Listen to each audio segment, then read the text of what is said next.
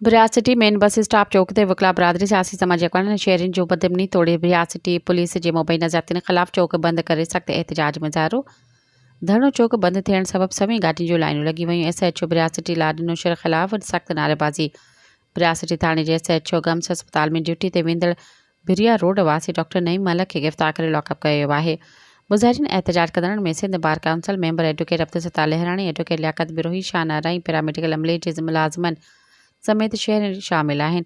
इन मौक़े ते एडवोकेट अब्दुलसत्तार लहराणी ऐं गिरफ़्तार डॉक्टर जे वालिद ॿुधायो त 10 ॾिहाड़ अॻु ब्रियाज सिटी थाणे ते जी हद जलपानी शाख पुलिस चौकी भरिसां आणे जातल हथियारबंदनि फोरू गम्स अस्पताल ड्यूटी ते वेंदड़ डॉक्टर नईम मलिक ऐं एजाज़ वसड़ो खां 40,000 रोकड़, 3 मोबाइल फ़ोन ऐं ॿियो सामान फुर कयो, जंहिंजी NC थाणे ते दाख़िल थियल हुई। पर अॼु ब्रियाज सिटी थाणे जे SHO लाल नौशर पुलिस गर्दी कंदे ड्यूटी वेंदड़ डॉक्टर नईम मलिक खे नाहक गिरफ़्तार करे लॉकअप हवाले करे छॾियो आहे, जेको पुछा गछा बाद बि छॾियो वियो। पर ॿिए पासे वकला बरादरी शहरनि पारां डॉक्टर नईम मलिक खे पुलिस पारां आज़ादु करण खां पोइ धरणो ख़त्म कयो वियो।